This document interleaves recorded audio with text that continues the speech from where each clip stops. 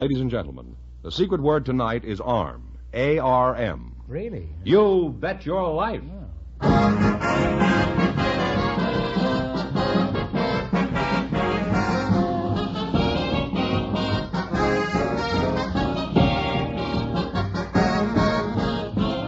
It's Groucho Marx in You Bet Your Life, the comedy quiz series produced and transcribed from Hollywood and brought to you by the more than 3,000 DeSoto Plymouth dealers. The dealers who have on display the outstanding DeSoto Automatic with fully automatic power flight transmission and the all-new Plymouth, your best buy in the low-priced field. And now, here he is, the one, the only... Groucho! That's me.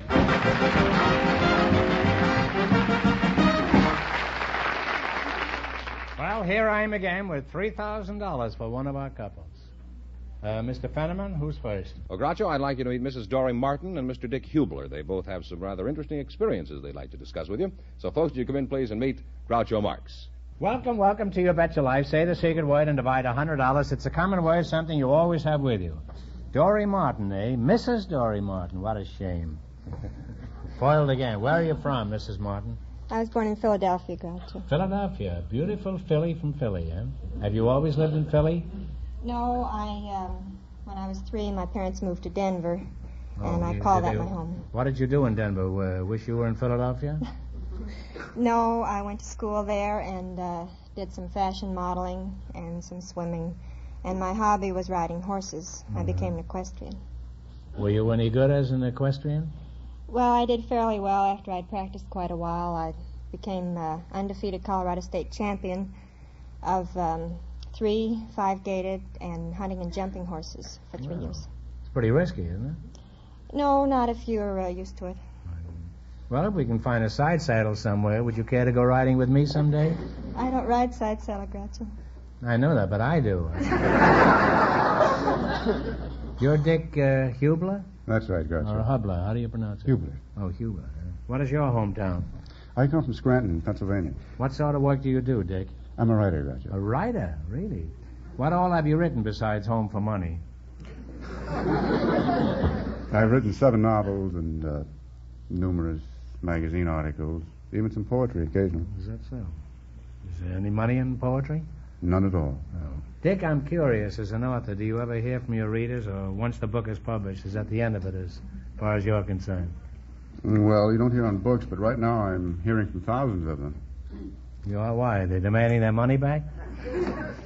No, but in the February issue of Coronet, I wrote an article called Dogs Are Dumb. And ever since then, things have been happening. It seems everyone... Getting letters from dogs? No, but I've been getting letters from dog lovers demanding my blood and threatening assault and battery, offering to show me their dogs are smarter than I am. They're pretty sensitive, dog lovers, huh? Yeah. You think dogs are dumb, do you, really? Well, I have one myself. I'm very fond of him, but I don't think he's very intelligent. Have you ever discussed you with him? Do you think that dogs are dumb, Dory? I wouldn't say they were dumb, no. But, you think they're as smart as men? And some men, maybe. Well, let's compare dogs and people. Dory, can your husband sit up and beg? No. Does he carry the paper in from the front lawn between his teeth? No. Does your husband ever jump in your lap and let you scratch him around the ears? No. Now then, does your dog jump on your lap and let you scratch his ears? Yes, he does. Well, that shows your dog is smarter than your husband. I'd be glad to do what the dog does for you, but you'd have to get your own paper off the lawn. Dick, I happen to live in Beverly Hills, and most of the dogs I see out there are well-behaved, intelligent, and well-groomed. Now, what have you got to say about that? Well, dogs in Beverly Hills generally are treated like people. I know, for example, there are some poodles out in Beverly Hills that have what they call poodle parties. There's some people out there that have poodle parties. These are exclusive dog parties, though. You mean the people are not allowed at all? Not at all. They have special birthday cakes of hamburger, hand-painted bones for favors. And they amuse each other with their own tricks. Usually ends up in a brawl, too. Well, that isn't just confined to the dogs in Beverly Hills. Have you got anything else to say about the Beverly Hills dogs? Well, a survey a few years ago showed that actually there was more dog food sold there than there was baby food. What's wrong with that? In Beverly, they feed their kids dog food. And if you knew some of those kids, you'd understand why.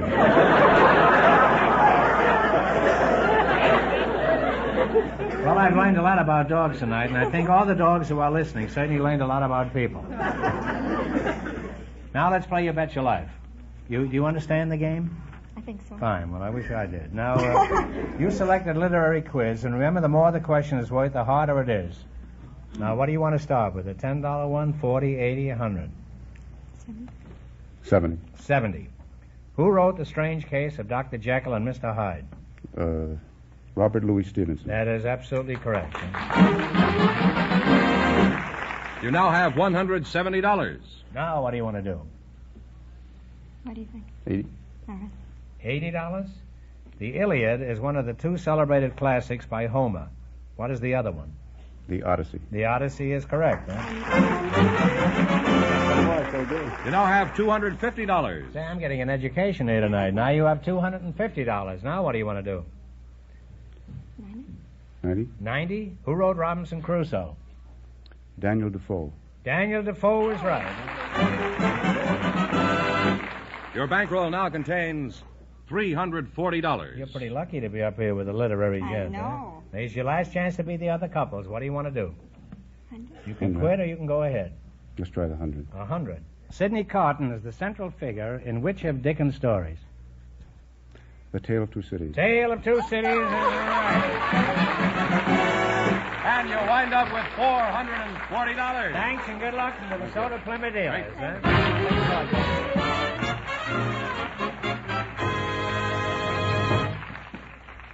You know, ever since we presented the lovely DeSoto automatic, people everywhere have been asking us about one particular feature of this great car.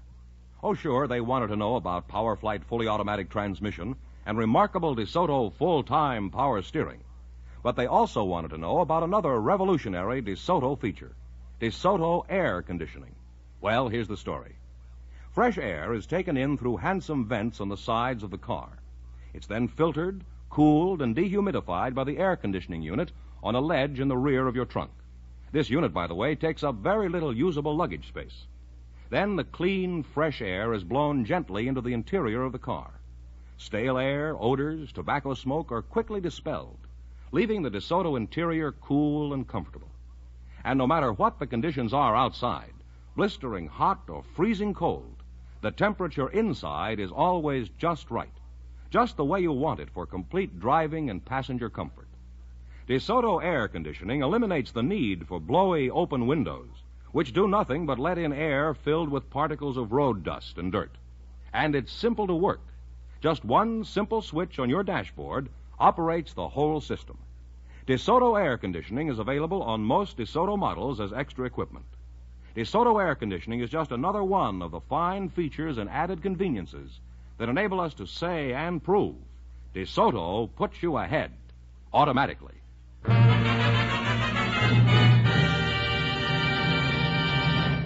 Next, Groucho, I'd like you to meet Miss Deonto Farnsworth and her partner, Mr. Mel Morrison.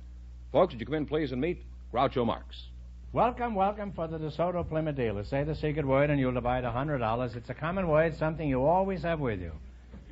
Deonto Farnsworth, you're very, very charming, huh? Thank you. What kind of a name is Deonto? Deonto means carnation in Esperanto. Esperanto? Oh, I used to go down there every summer and watch the bullfights, huh? I think it's a lovely little town, don't you? There is no such place as Esperanto. There isn't? No. In that case, I'll have to find some other place to watch the bullfights. What is Esperanto? Does it go over or under chili and beans? Esperanto is an international language that's meant as a secondary language to enable people all over the world to understand each other. It's composed of the better parts of all languages. What part of the English language did you use? Hello and yes. That's about all you need, really.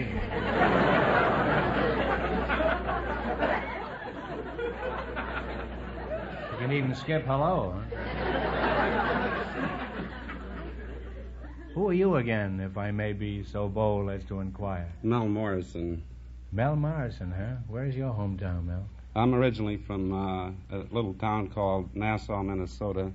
It's a small wooden shoe Dutch community in the southwestern part of Minnesota. But I later moved to Chicago, where I spent most of my life. You changed your shoes, too, I noticed. Mm-hmm. I used to live in Chicago, you know. Whereabouts did you live there? I lived on the south side, right near the White Sox baseball park. Oh. In fact, I was practically raised in the ballpark.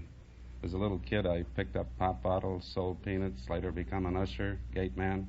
In fact, I did everything in the ballpark but play ball. Hmm. You were a good deal like the team in those days. Huh? What sort of a job what do you do now?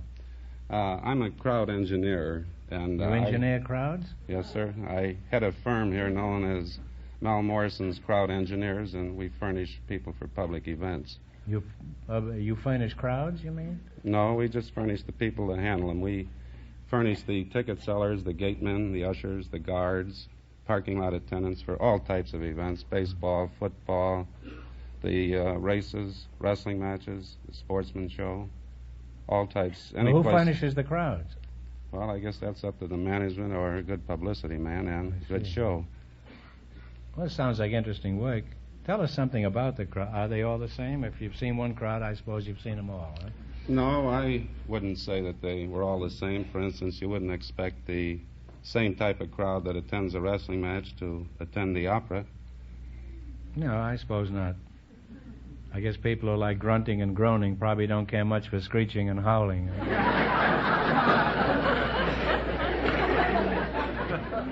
Well, it's been very interesting talking to you two, and I wish both of you the best of luck in the future. Now, let's play You Bet Your Life. We start you off with $100. You try to run it into more than our other couples. Now, you select a general information quiz, and remember, the more the question is worth, the harder it is. In the race for the $3,000, the first couple won $440, and the secret word is arm. Now, what do you want to start with? I'll start with the 80. Okay. Okay, the 80. How much? The $80. $80. I said how much because I want you to talk up. Remember, one answer between you. Okay. If Haviland suggests Chinaware, what does Fostoria suggest? Story. Crystal? I haven't the slightest idea. Crystal? Glassware. I guess Crystal is right. Huh? All right. Well, you're off to a good start. Your bankroll now has $180 in it. Now, you can quit any time you want, or you can proceed. Now, what question do you want to start with? Go ahead with. You want to start with 50 or 70? I can't hear 70. you. 70. 70. George McManus is the creator of one of the most popular comic strips of our time. What is it? Maggie and Jake. That's right, Maggie and Jake. You now have $250. 60. 60. What do you call the boats used in the canals of Venice for centuries? Gondolas. Gondolas. Gondolas or gondolas is right. You now have $310. And this is your last chance to beat the other couples. You can proceed or you can quit. Shall we go down to, say, 30? 30? Okay, 30. Okay, whose picture is on a $1 bill? George Washington. George Washington is right. And you wind up with $340. Thanks and good luck from the DeSoto Plymouth dealers.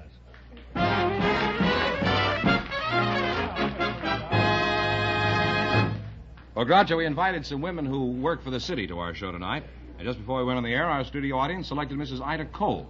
Her partner is a man with an interesting career, Mr. Joe Oakey. So, folks, would you come in, please, and meet Groucho Marx. Welcome for the DeSoto Plymouth dealers. Say the secret word and you'll divide $100. It's a common word, something you always have with you. Mrs. Ida Cole, I'll start with you. Are you a native Californian? No, Groucho. I was born in Cincinnati, Ohio, in the Avondale section. Is that so? You're married, huh? Yes, I am, And Groucho. what does your husband do? Groucho, my husband is associated with the May Realty Company as a real estate salesman. Oh. He sells income property and residential homes. Oh, he dishes dirt, in other words, huh? And you're Mr. Jack Oakey, huh? Joe Oakey. Joe Oakey, huh? Are you sure you're not Jack Oakey? You're not sure, huh? Do you know Jack Oakey? I heard about him. I don't know him, no, sir. Well, I'll call you Jack Oakey, huh? You don't care, huh? I don't care. And you can call me Joe Oakey, huh? Where are you from, Mr. Oakey? Philadelphia, Pennsylvania.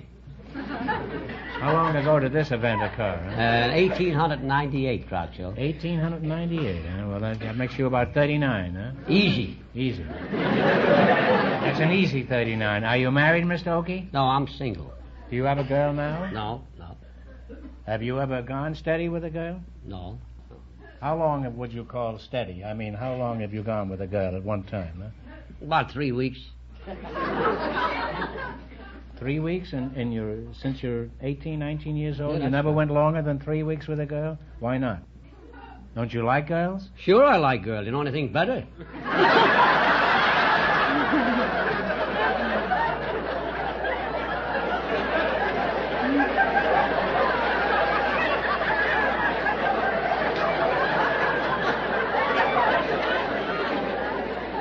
I don't know anything better, and I must say I don't know anything worse either. What sort of business are you in, Joe? Well, I'm a sort of a salesman. Well, that's certainly qualifying it nicely. Well, Joe, I'm not in the market for anything, but out of curiosity, what are you selling? Well, right now I'm not selling anything. That's the kind of a salesman I like. A real live wire crackerjack salesman. Well, are you loafing now? Well, right now I'm not doing anything. You're not. Well, maybe we can find a job for you, Joe. What sort of work have you done in the past? Aside from not selling anything. What sort of work have you done in the past? Well, let me see now. Many years ago, I sort of took to the liking of the sea. I was a sort of a merchant marine sailor, Groucho. Oh, like Moby Dick? I don't know nothing about Moby Dick, but I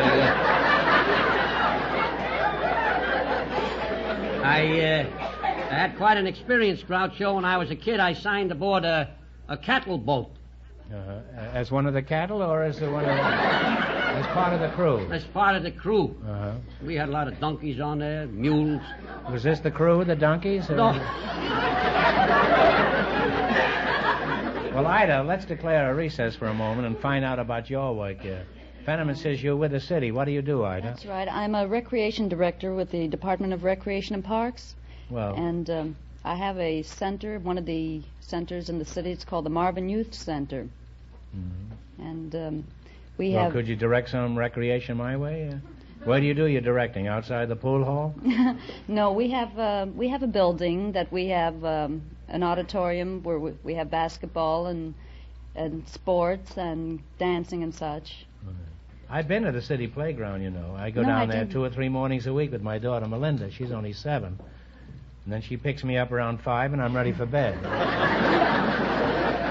Well, what are some of the activities you have to offer at these playgrounds? Haven't you got something for fellows of my age group, like hopscotch?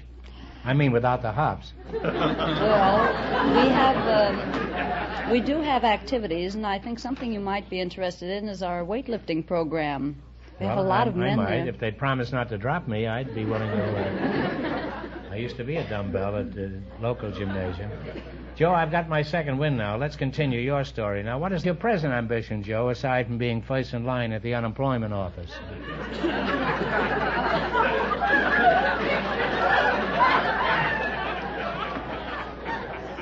Well, I kind of like to write jokes. You do? Well, so would I, but I haven't been doing very well tonight, I must say. Well, just don't lose your place in line, Joe. Have you ever tried writing jokes? Well, I wrote about 3 or 4 jokes. I sold some of them to some big comedians, you know. You did? Like who? Like you. You sold me jokes? Not you, but several big ones like you. I don't want to mention their names, you know what I mean. I see. Well, I don't buy any jokes, at least not from strangers, Joe. I bought a joke from a stranger once, and after I got home, I found it Had over 100,000 miles on it, this joke. The fellow sold it to me, said it used to belong to a school teacher in Pasadena. You know, I always like to encourage potential Joe Millers or Mark Twains. Joe, could you give us an example of one of your jokes? Well, how much will you pay me? Well, that's a pretty good joke right there. Joe, don't you have any free samples? Well, yeah, I got one here if you like it. Is it all I'll right? tell you what you do, Joe. If your joke gets a big laugh, Yeah. I'll give you $5. Now, you go ahead. And I'll let the audience judge. Well, this is a story about an income tax party who paid his income tax. So far, it's not very funny, Joe. Well, I'm not finished yet. No, but they finished with me. And he kind of figured that he'd had a rebate coming, and he had written a letter to the Internal Revenue, Groucho, and they, in turn, answered him in this manner. They said, "Dear sir, we're in receipt of your letter, and you're right about having the rebate, enclosed fine check in the sum of 1 cent. And he went over to the bank, and he said to the teller, "I'd like to have this check cashed." And the teller says, "How do you want it, heads or tails?"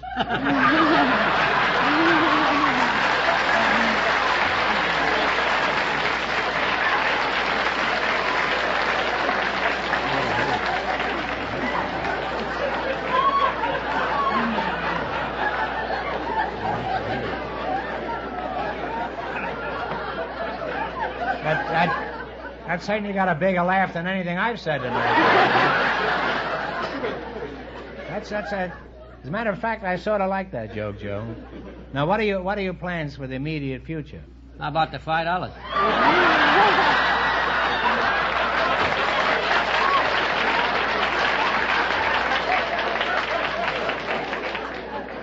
Well, Joe, it was so unusual to hear a laugh here tonight that I'm going to give you the $5 anyhow. I'm going to frame this, but I want your autograph on there after the show. Well, I've been framed for less than that.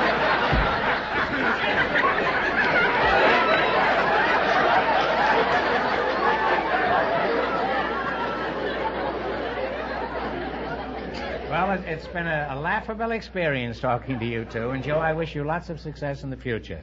Now, let's see how much money you can win. In the race for the $3,000, our first couple, Mrs. Martin and Mr. Hubler, are still leading with $440. You selected movie quiz. Remember, the more the question is worth, the harder it is. Talk up. $70. $70. For $70, what male star had his first big success a few years ago in the title role of Golden Boy? William Holden. William Holden is correct. You now have $170. Now, what do you want to do? $80. $80. Who plays the leading role of the Mountie in the latest version of Rosemarie? Howard Keel. Is it Howard Keel? You learned this in a playground at a Griffith Park? I like to go to movies. Is that correct? Yes, that is correct. See the Howard picture, Keel is right. Huh? Good. You now have $250. 90. Take 90? 90. Who played the title role in the Eddie Cantor story? Keith Brazell. Keith Brazell is right. You now have $340 in your bankroll. And here's your last chance to be the other couples. What are you going to go for? We'll take $100. $100. Who produced and directed Roman Holiday? Roman Holiday, I don't want to... Help it, Joe. Who produced and directed it was William Wyler. William Wyler is right. And you wind up with $440. You better give her a big hug, Joe. Huh? You know, I took a look at her. I said, "You're smart. You do the talking. I don't know if I'm not." You wind up with $440. Thanks and good luck from the DeSoto Plymouth dealers. You're a smart girl. And that means that we wind up with a tie for the big question tonight. The couple was just here, and Mrs. Martin and the writer, Mr. Hubler, with $440 also. And in just 1 minute, they'll all get a chance at the DeSoto Plymouth $3,000 question.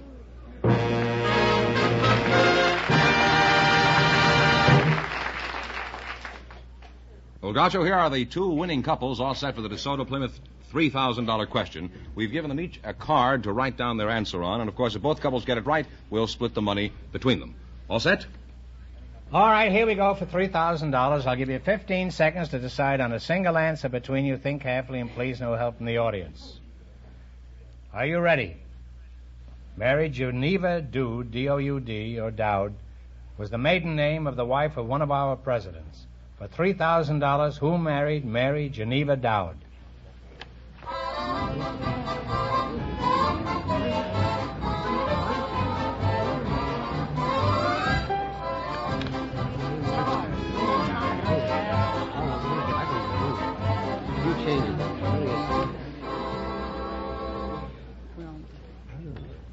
There's the writer's solution. This is President Buchanan? Yeah. No, that's wrong. What is this? Abraham Lincoln. Abraham Lincoln, that's wrong. Well, I don't know. It is Mary Geneva Dowd. She's Mamie. That's Dwight D. Eisenhower's wife.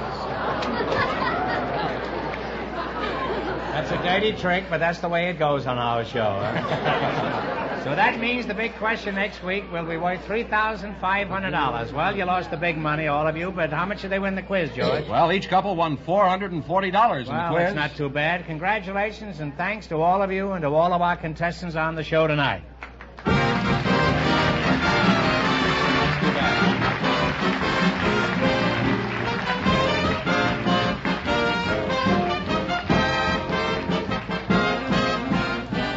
Be sure to tune in again next Wednesday night at this same time for the Groucho Marx Show, when the big question will be worth $3,500. And don't miss Groucho's television show, also brought to you by the DeSoto Plymouth Dealers of America. And remember that the dealers who sell the outstanding DeSoto Automatic with fully automatic power flight transmission also have on display the remarkable new Plymouth, engineered and built to be your best buy in the low-priced field. DeSoto, Plymouth.